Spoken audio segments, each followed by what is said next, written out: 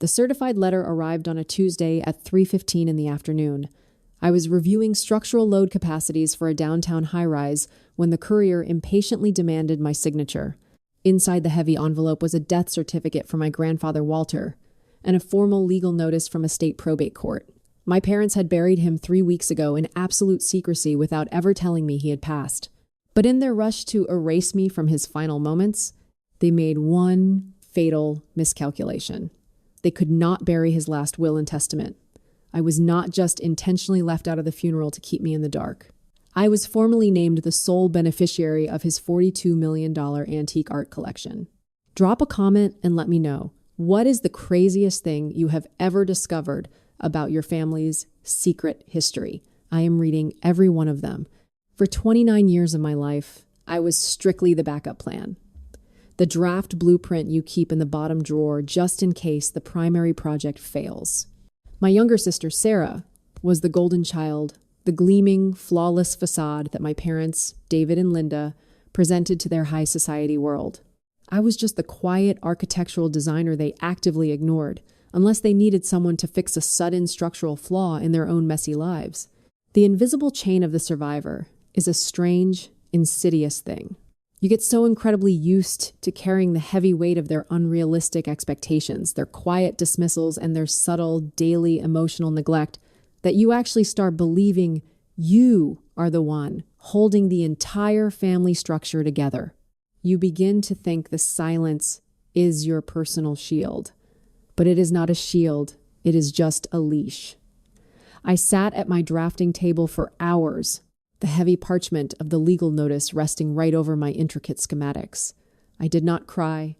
I did not waste energy asking the empty room why they had kept his death a secret.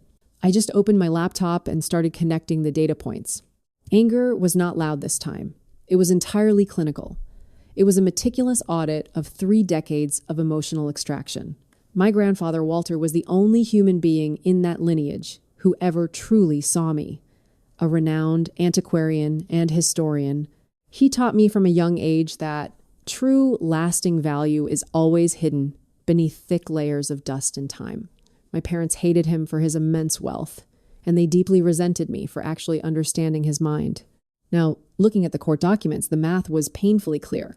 They hid the funeral because they had already forged the initial probate documents.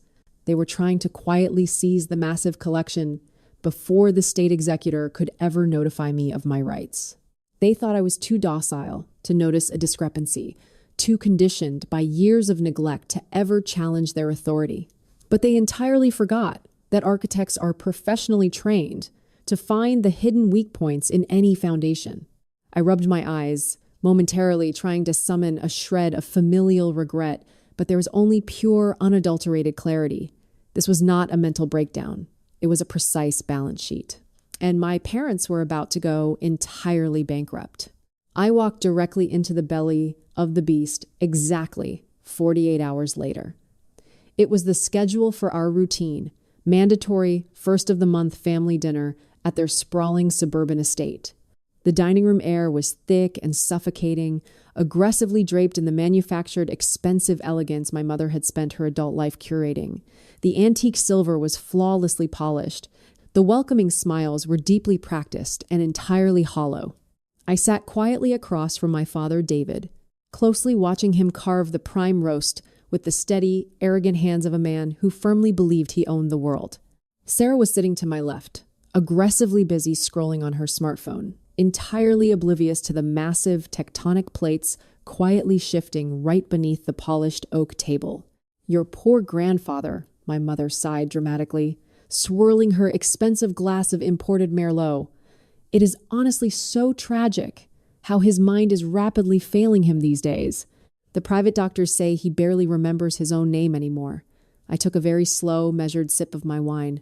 The vintage was exceptionally bitter on my tongue, but the absolute irony of the moment was perfectly sweet. Walter had been legally dead for 21 days. They were sitting right there, eating a lavish dinner with me, acting like he was still resting comfortably in his favorite leather armchair. I did not flinch at the lie. I did not scream across the table. I just let the heavy silence stretch out indefinitely, watching their ridiculous theatrical performance with the detached, analytical interest of a senior building inspector examining a dangerously condemned property. "We are currently looking into a full legal conservatorship," my father added smoothly, intentionally not meeting my eyes as he served the meat. "It is strictly what is best for the estate, to protect his grand legacy from scavengers." I nodded slowly, utilizing my knife to cut a precise, geometric piece of the roast. I realized in that exact second that my entire lifelong relationship with these people had been nothing more than a cold business transaction. I had been the silent, unappreciated investor in their twisted version of a family, and the emotional returns were exclusively built on lies. Every single word falling out of their mouths was a calculated brick being laid in a massive wall of fraud. They were not grieving a beloved father. They were strategically liquidating a massive asset. I smiled softly, carefully wiping my mouth with the monogrammed linen napkin. "You always do what is strictly best for the family, Dad," I replied evenly. The dinner performance was flawless, but the final curtain was about to drop permanently. The inevitable escalation arrived exactly 2 weeks later. My parents abruptly summoned me to my father's opulent downtown corporate office. The massive mahogany desk sitting in the center of the room was a psychological prop specifically designed to intimidate anyone sitting on the opposite side. They quickly slid a dense, intimidating stack of legal documents across the polished wood toward me. "It is just standard routine paperwork, Maya," my mother said, her tone dripping with a sickeningly artificial warmth. "We are just formally consolidating the family assets. Since your grandfather is officially transitioning into permanent memory care, we desperately need you to sign over any potential residual claims to the family art collection. It just makes the complex accounting much cleaner for the tax lawyers." I slowly glanced at the top sheet of the stark white paper. It was not a standard consolidation form. It was a complete, irrevocable waiver of all my legal rights to the entire estate. "And if I need a few days to read this over thoroughly?" I asked softly, keeping my face entirely blank. My father instantly leaned forward, the thin, polite mask completely slipping off his face. "You do not need any time, Maya. You just need to sign it right now. We have financially supported your career for years. We introduced you to the right commercial developers. It would be an absolute shame if those lucrative industry connections suddenly dried up overnight because you decided to be difficult. Open threats, the ultimate desperate refuge of the truly powerless." The illusion of power from an empty wallet is a truly fascinating psychological phenomenon. When people are completely internally bankrupt, they instinctively project maximum authority and aggression to desperately cover up the massive deficit. They scream and threaten to hide their starving, desperate reality. I looked closely at his perfectly tailored $1,000 suit, his flashy, expensive watch, and the sheer, unadulterated panic hiding just behind his aggressive eyes. They were not threatening me from a grounded place of strength or leverage. They were actively drowning. I realized in a flash of pure logic that they had completely over-leveraged their own lavish lives, banking entirely on Walter's hidden money to miraculously bail them out of massive, undisclosed financial debts. I did not argue with his petty ultimatum. I did not bother to defend my independent career. I simply picked up the expensive metal pen, twirled it slowly and deliberately in my fingers, and set it right back down on top of the unsigned legal contract. "I will have my personal lawyer look it over," I said calmly, standing up from the leather chair. They were not shocked by what they had boldly tried to do. They were absolutely shocked that I had finally stopped playing along with their game. I walked straight out of that suffocating office building and immediately dialed a specific number I had not called in over 6 years. Marcus was a former brilliant classmate from university who had aggressively pivoted from standard corporate law into becoming one of the most ruthless, feared probate litigators in the entire city. We met an hour later at a sterile, glass-walled conference room at his high-end firm. I wordlessly handed him the certified death certificate, the authentic, original will, and a digital scan of the fraudulent waiver my parents had just tried to physically force on me. Marcus reviewed the dense paperwork in total silence, scanning the lines with the cold, unforgiving precision of a trauma surgeon.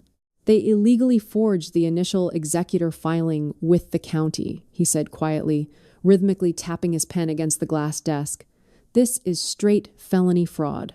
But why are they so incredibly desperate for this specific art collection? Antiques do not usually liquidate fast enough to cover immediate bleeding debt. That was the exact structural flaw I desperately needed to uncover. I spent the next 72 continuous hours executing a relentless, deep dive forensic audit of my grandfather's entire private inventory. I completely bypassed my parents' fake authority, utilizing Marcus's aggressive legal subpoenas to compel the estate's private bonded appraisers to turn over the real ledgers. The actual reality was absolutely staggering. My parents arrogantly thought the dusty art and old antiques were worth maybe $5 or $6 million on the open market, just enough cash to cover their mounting secret debts and comfortably keep Sarah living in sheer luxury. They had absolutely no idea about the climate-controlled hidden vault beneath the main gallery. Walter had spent his last 10 years secretly and methodically acquiring undocumented, hyper-rare historical artifacts from private European sellers. The true verified valuation of the complete collection was not $6 million. It was exactly $42 million.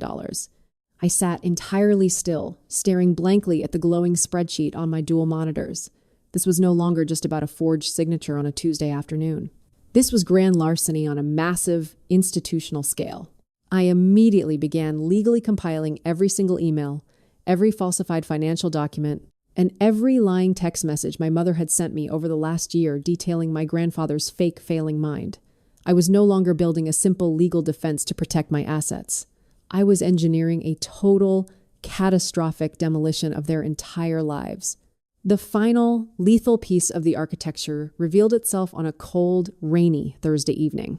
Using my newly verified legal status as the sole rightful beneficiary, I bypassed the estate security and gained full physical access to Walter's primary residence. The dark, silent house smelled heavily of old parchment, expensive leather, and aged cedar. I walked slowly into his private study. Sitting squarely in the absolute center of his massive antique oak desk was a stunning 18th century Swiss brass music box. He had proudly shown it to me when I was exactly 12 years old. He told me back then that it did not just play music, it recorded actual history. I carefully opened the intricate, heavy brass lid. It was not just a beautiful antique music box anymore. Walter, brilliant and paranoid until the very end, had expertly retrofitted the ancient base with a highly sensitive, voice-activated digital micro-recorder. He absolutely knew his own children were circling his estate like starving vultures. I pulled the hidden memory card, slotted it into my laptop, and pressed play. The digital audio was terrifyingly crystal clear. It was my mother and father, physically standing in this exact room just days before he suddenly passed away. "Just sign the damn paper, Walter." My father's voice hissed maliciously through the speakers. "You are dying anyway. We will just backdate the signature to last month. Maya does not need any of this money. Maya does not even care about you. You will not touch a single cent of her inheritance," Walter's frail but furious voice replied. "And you will rot in a concrete cell before I ever let you steal it from her." The recording captured the sudden, violent sound of a physical scuffle, my mother's cold, dismissive laugh, and their incredibly explicit, verbalized master plan to forge the probate documents the absolute moment his heart stopped beating. It was a full, unedited, undeniable criminal confession.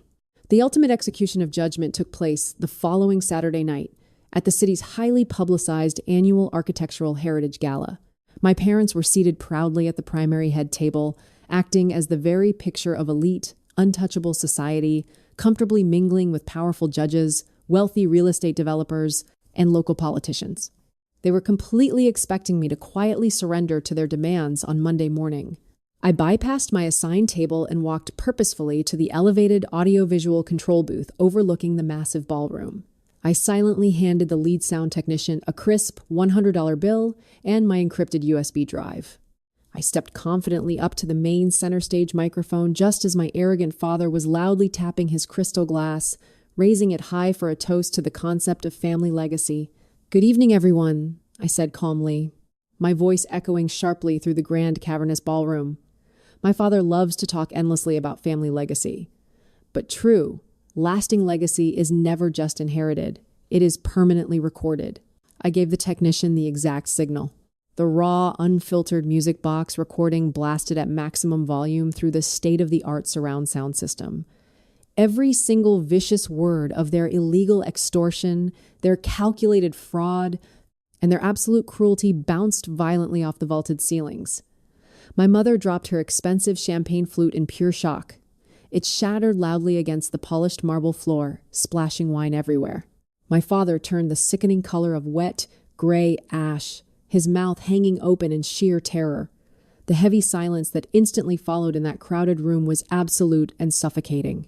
They were entirely unmasked, instantly and permanently ruined. The elite high society they worshipped and lied for turned their backs on them in real time, guests physically moving their chairs away from the head table. I did not stay a single second longer to watch them desperately try to explain away a felony. I simply walked gracefully out the front glass doors into the cool, refreshing night air. The massive debt was permanently settled. The legal and social aftermath was brutally swift and entirely surgical. The aggressive state prosecutor listened to the digital recording exactly once and immediately indicted David and Linda on multiple felony counts of probate fraud, grand extortion, and aggravated forgery.